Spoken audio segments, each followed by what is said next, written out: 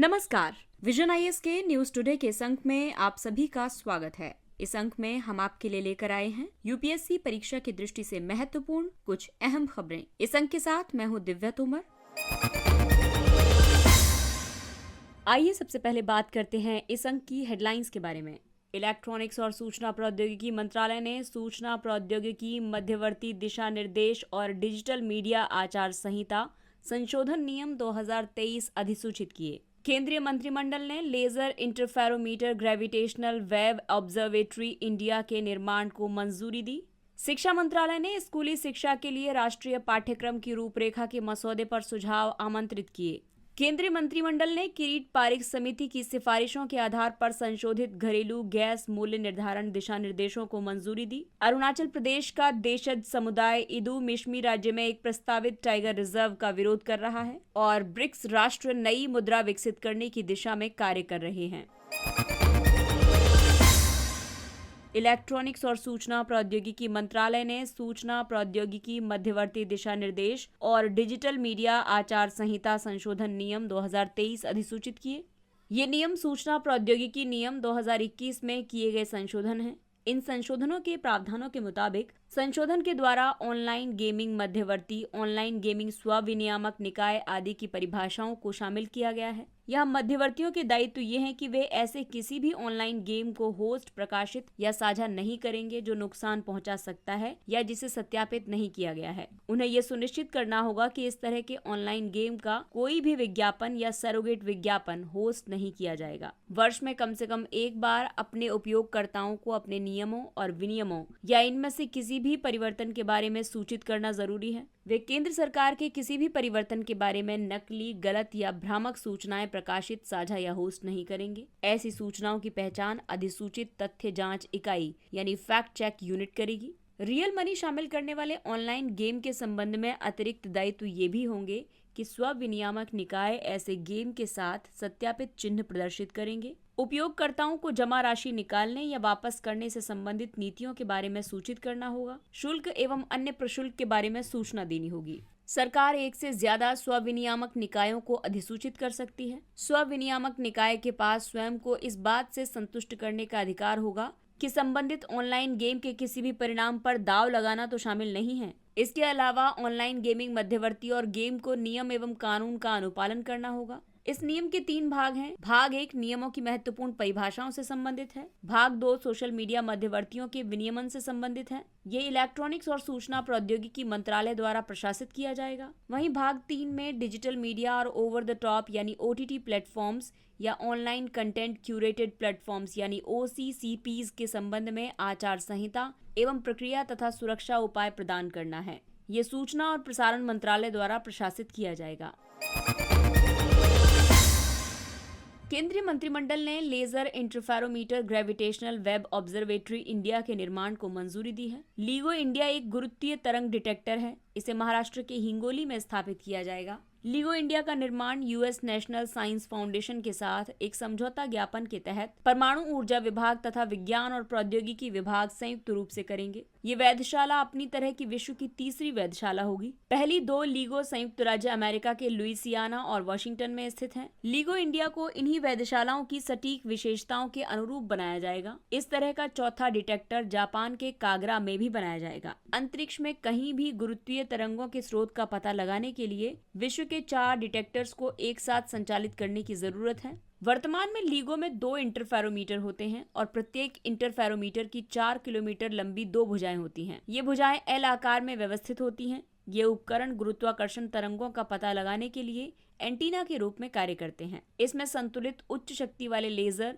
सटीक क्षमता वाले दर्पण आदि शामिल हैं। गुरुत्वीय तरंगे अंतरिक्ष में 2 विशाल पिंडों के आपस में टकराने से उत्पन्न होती हैं। ये तरंगे स्पेस एंड टाइम में लहर पैदा करते हुए स्रोत से दूर सभी दिशाओं में गति करती हैं। इसकी भविष्यवाणी आइंस्टीन के सापेक्षता के सामान्य सिद्धांत में की गई थी। ये तरंगे प्रकाश की गति से चलती हैं और अपनी उत्पत्ति के बारे में जानकारी भी प्रदान करती हैं। लीगो वेधशालाओं ने कई गुरुत्वीय तरंगों का पता लगाया है। संयुक्त राज्य अमेरिका में लगभग एक दूसरे से 2000 मील की दूरी पर स्थित 2 लीगोज ने एक साथ कार्य करते हुए 2 ब्लैक होल्स के टकराने से उत्पन्न गुरुत्वीय तरंगों का पता लगाया था। और आइए अब आपको बताते हैं कि LIGO काम कैसे करती हैं। ये प्रत्येक वेधशाला में 4 किलोमीटर लंबी 2 टनल होती हैं। प्रत्येक टनल से लेजर बीम को प्रक्षेपित किया जाता है और बीम दर्पण द्वारा परावर्तित होकर टनल की लंबाई की माप प्रदान करती हैं। दरअसल गुरुत्वीय तरंगे स्पेस टाइम बेंट होने पर उत्पन्न होती हैं और ऐसा तब होता है जब 2 बड़े पिंड आपस में टकराते हैं, जैसे कि ब्लैक होल। इससे स्पेस टाइम में खिंचाव और संकुचन होता है। जब गुरुत्वीय तरंगें स्पेस टाइम में उतार चढ़ाव करती हैं तो इससे LIGO टनल की लंबाई में बदलाव होता है। लंबाई में इस बदलाव को लेजर द्वारा मापा जाता है। प्रत्येक उतार चढ़ाव में लंबाई में लगभग 10⁻18 मीटर तक बदलाव आता है, जो प्रोटॉन के व्यास से लगभग 10,000 गुना छोटा होता है। शिक्षा मंत्रालय ने स्कूली शिक्षा के लिए राष्ट्रीय पाठ्यक्रम की रूपरेखा के मसौदे पर सुझाव आमंत्रित किए। इसमें नई शिक्षा नीति 2020 की परिकल्पना के मुताबिक स्कूली शिक्षा के लिए पाठ्यक्रम की रूपरेखा शामिल है। नई शिक्षा नीति के मुताबिक ये रूपरेखा 6 प्रमाणों के माध्यम से छात्रों को ज्ञान के सही स्रोतों से परिचित कराने पर ध्यान केंद्रित करती है। प्रत्यक्ष रूप से इसकी 5 इंद्रियों के माध्यम से प्रत्यक्ष धारणा के रूप में व्याख्या की गई है। इसमें पर्यवेक्षणों से नए निष्कर्ष पर पहुंचने के लिए अनुमानों का उपयोग किया जाता है। उपमानों के तौर पर यह सादृश्य और तुलना के माध्यम से जानने पर आधारित है। तीसरा स्रोत है अर्थापत्ति। ये परिस्थिति जन्य निहितार्थ के माध्यम से जानना है। इसके अलावा अनुपलब्धि, जिसमें गैर अस्तित्व की धारणा को ज्ञान के एक मान्य रूप में माना जाता है। और छठा है शब्द, यानी कि किसी विशेषज्ञ का कथन सच्चे ज्ञान के रूप में स्वीकार किया जाता है। ये रूपरेखा पंचकोश विकास के माध्यम से एक बच्चे के नैतिक विकास पर ध्यान केंद्रित करती है। कक्षा 10 प्रमाणन के लिए छात्रों को कला, सामाजिक विज्ञान, व्यावसायिक शिक्षा जैसे उपलब्ध 8 पाठ्यक्रम क्षेत्रों में से 2 आवश्यक पाठ्यक्रम लेने होंगे। कक्षा 11 और 12 में विद्यार्थियों को समान विषयों में पसंद आधारित पाठ्यक्रमों को चुनने की सुविधा दी जाएगी। कक्षा 11 और 12 के लिए वर्ष के अंत में एकल परीक्षा के विपरीत मॉड्यूलर बोर्ड परीक्षा आयोजित की जाएगी और अंतिम परिणाम प्रत्येक परीक्षा के संचयी यानी क्यूमुलेटिव परिणाम पर आधारित होगा। ये रूपरेखा उपनिषदों का उदाहरण देते हुए जिज्ञासु होने के महत्व पर ध्यान केंद्रित करती है। पंचकोश विकास में आता है आनंदमय कोश, ये अंतरात्मा के लिए है। विज्ञानमय कोश बौद्धिक परत के लिए, मनोमय कोश मानस परत के लिए, प्राणमय कोश जीवन शक्ति ऊर्जा परत के लिए और अन्नमय कोश भौतिक परत के लिए। और आइए बात करते हैं ऊर्जा क्षेत्र की। केंद्रीय मंत्रिमंडल ने किरीट पारिक समिति की सिफारिशों के आधार पर संशोधित घरेलू गैस मूल्य निर्धारण दिशा निर्देशों को मंजूरी दी। लीगेसी यानी कि पुराने क्षेत्रों से उत्पादित प्राकृतिक गैस, संपीड़ित और प्राकृतिक दोनों ही इसमें शामिल हैं। इनको प्रशासित मूल्य तंत्र गैस के रूप में जाना जाता है। अब प्रशासित मूल्य तंत्र गैस की कीमतों को आयातित क्रूड ऑयल की कीमत के आधार पर अधिसूचित किया जाएगा और ये दिशा निर्देश इन क्षेत्रों से उत्पादित गैसों पर लागू होंगे, जिनमें शामिल है ONGC या OIL का आवंटित क्षेत्र, नई अन्वेषण लाइसेंसिंग नीति ब्लॉक्स और पूर्व NELP ब्लॉक्स। पुराने मूल्य निर्धारण की तुलना में नए दिशा निर्देशों के लाभ ये हैं कि ये गैस की कीमतें स्थिर करने और घरेलू मुद्रास्फीति को नियंत्रित रखने में मदद करेंगी। भारत को गैस आधारित अर्थव्यवस्था की ओर बढ़ने में मदद मिलेगी। इससे उर्वरकों की कीमतों में भी कमी आएगी, क्योंकि इससे उत्पादन में गैस एक प्रमुख इनपुट सामग्री है। इससे सरकार पर सब्सिडी का बोझ कम होगा। इसके अलावा इससे घरेलू गैस की खोज और उत्पादन में दीर्घकालिक निवेश को प्रोत्साहित करने में मदद मिलेगी। पुरानी मूल्य निर्धारण प्रणाली के तहत कीमतों को अंतर्राष्ट्रीय बाजार में गैस की कीमतों के लिए तय किया जाता था। कीमतों को छमाही आधार पर संशोधित किया जाता था। गैस की कीमत की कोई आधार या ऊपरी सीमा नहीं थी और पुरानी व्यवस्था में किसी भी तरह के प्रीमियम की अनुमति नहीं थी। वहीं नई मूल्य निर्धारण प्रणाली के तहत कीमत भारतीय क्रूड बास्केट के मासिक औसत का 10% होगी। कीमतें मासिक आधार पर अधिसूचित की जाएंगी। प्रशासित मूल्य तंत्र आधार और उच्चतम मूल्य के अधीन होगा। ये मूल्य तंत्र 2 वर्षों तक अपरिवर्तित रहेगा। नए दिशा निर्देश गैस के नए क्षेत्र से उत्पादित गैस के लिए APM पर 20% प्रीमियम की अनुमति देते हैं। अरुणाचल प्रदेश का देशज समुदाय इदू मिश्मी राज्य में एक प्रस्तावित टाइगर रिजर्व का विरोध कर रहा है। अरुणाचल प्रदेश के दिबांग वन्यजीव अभयारण्य को जल्द ही टाइगर रिजर्व के रूप में अधिसूचित किया जाएगा। वन्यजीव संरक्षण अधिनियम 1972 के मुताबिक कोर और क्रिटिकल टाइगर रिजर्व के वन क्षेत्रों में वनवासियों और जनजातियों के मान्यता प्राप्त अधिकारों को संशोधित किया जा सकता है या इन समुदायों का पुनर्वास किया जा सकता है। इसके पीछे मुख्य उद्देश्य बाघ या अन्य वन्य जीवों का निर्बाध विचरण सुनिश्चित करना है। ऐसा ही प्रावधान वन अधिकार अधिनियम 2006 में भी किया गया है। इदू मिश्मी समुदाय के लोगों का कहना है कि टाइगर रिजर्व घोषित होने से वन में उनकी आवाजाही बाधित हो जाएगी। वाइल्ड लाइफ सेंचुरी में टाइगर रिजर्व की तुलना में कम प्रतिबंध होते हैं। वाइल्ड लाइफ सेंचुरी या वन्यजीव अभयारण्य लोगों की आवाजाही के लिए खुला हुआ है और इसकी सीमाएं भी निषेधात्मक नहीं है। टाइगर रिजर्व की अधिसूचना राज्य सरकार जारी करती है और किसी भी अभयारण्य को टाइगर रिजर्व राष्ट्रीय बाघ संरक्षण प्राधिकरण NTCA की सलाह पर WPA 1972 की धारा 38V के तहत घोषित करता है। टाइगर रिजर्व में शामिल होते हैं कोर या क्रिटिकल टाइगर पर्यावास। इन्हें बाघ संरक्षण के लिए एक अनुल्लंघनीय क्षेत्र के रूप में प्रबंधित किया जाता है और कोर क्षेत्र से सटा हुआ क्षेत्र होता है बफर या फिर परिधीय क्षेत्र। इसे कोर क्षेत्र की तुलना में सीमित पर्यावास संरक्षण प्राप्त होता है। आपको बता दें कि इदू मिश्मी समूह की एक प्रमुख उप जनजाति है। ये अरुणाचल प्रदेश के लोहित, दिबांग घाटी और निचली दिबांग घाटी जिलों में रहते हैं। ये मंगोलियाइड निर्जाति से संबंधित हैं और तिब्बती बर्मी भाषा बोलते हैं।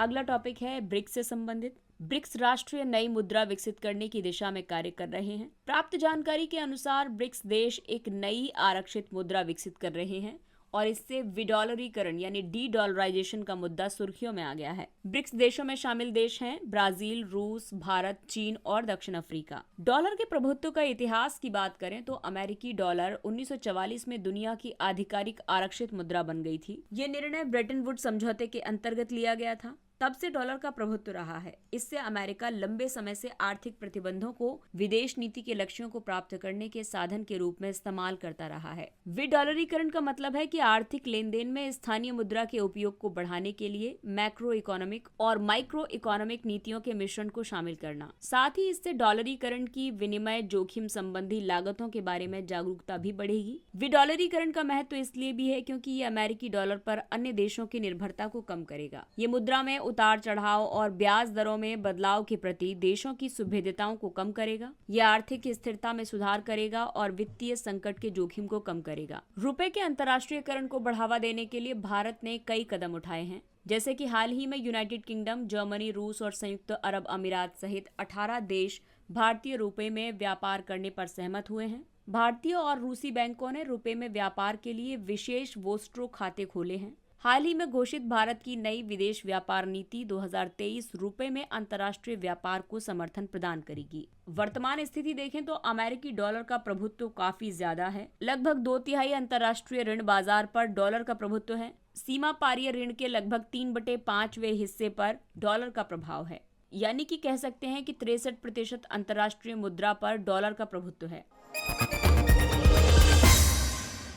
और आइए अब बात करते हैं कुछ अन्य महत्वपूर्ण सुर्खियों की। मौद्रिक नीति समिति MPC ने सर्वसम्मति से नीतिगत रेपो दर को 6.5% पर अपरिवर्तित रखने का निर्णय लिया है। रेपो दर में कोई बदलाव नहीं करके भारतीय रिजर्व बैंक ने ये सुनिश्चित करने की कोशिश की है कि भारत की वित्तीय प्रणाली को ऐसे किसी संकट का सामना नहीं करना पड़े जैसा अमेरिका और यूरोप में बैंकों के डूबने के रूप में देखा गया है। MPC का गठन 2016 में RBI अधिनियम 1934 की धारा 45ZB के तहत किया गया था। ये मुद्रास्फीति लक्ष्य को प्राप्त करने के लिए आवश्यक नीतिगत रेपो दर को निर्धारित करती है। इसमें 6 सदस्य होते हैं। इनमें से 3 सदस्य RBI से होते हैं, जिसमें RBI गवर्नर भी शामिल है। गवर्नर समिति का पदेन अध्यक्ष होता है। इसमें उसका निर्णायक मत होता है। MPC की एक वर्ष में कम से कम 4 बैठकें करना आवश्यक है और बैठक के लिए कोरम 4 सदस्यों का है। Unified payments interface. भारतीय रिजर्व बैंक ने कहा है कि बैंकों से पहले अनुमोदित क्रेडिट लाइन के पात्र व्यक्ति जल्द ही UPI 1 पर भुगतान करने के लिए इसका इस्तेमाल करने में सक्षम होंगे। पूर्व स्वीकृत या पूर्व अनुमोदित क्रेडिट उस क्रेडिट को कहा जाता है जिसे बैंक आंतरिक डेटा का विश्लेषण करने के बाद ग्राहकों के लिए स्वीकृत करते हैं। वर्तमान में UPI भुगतान जमा खातों के बीच किया जा सकता है तथा कभी कभी वॉलेट सहित अन्य प्रीपेड विकल्प मध्यवर्ती के रूप में होते हैं। UPI को 2016 में लॉन्च किया गया था। ये भारतीय राष्ट्रीय भुगतान निगम द्वारा विकसित एक त्वरित भुगतान प्रणाली है। ग्रेट निकोबार परियोजना। हाल ही में राष्ट्रीय हरित अधिकरण ने ग्रेट निकोबार परियोजना को दी गई पर्यावरणीय मंजूरी की समीक्षा के लिए एक समिति का गठन किया है। ग्रेट निकोबार परियोजना के तहत एक ग्रीनफील्ड तटीय शहर का निर्माण किया जाएगा। इसके बाद में एक मुक्त व्यापार क्षेत्र के रूप में विकसित किया जाएगा। इसमें एक ट्रांसशिपमेंट टर्मिनल और एक हवाई अड्डा होगा। इसके अलावा विद्युत संयंत्र के साथ एक ग्रीनफील्ड टाउनशिप मास्टर प्लान का एक प्रमुख घटक है। परियोजना क्षेत्र गलाथिया बे नेशनल पार्क और कैंपबेल बे नेशनल पार्क के 10 किलोमीटर के दायरे में है।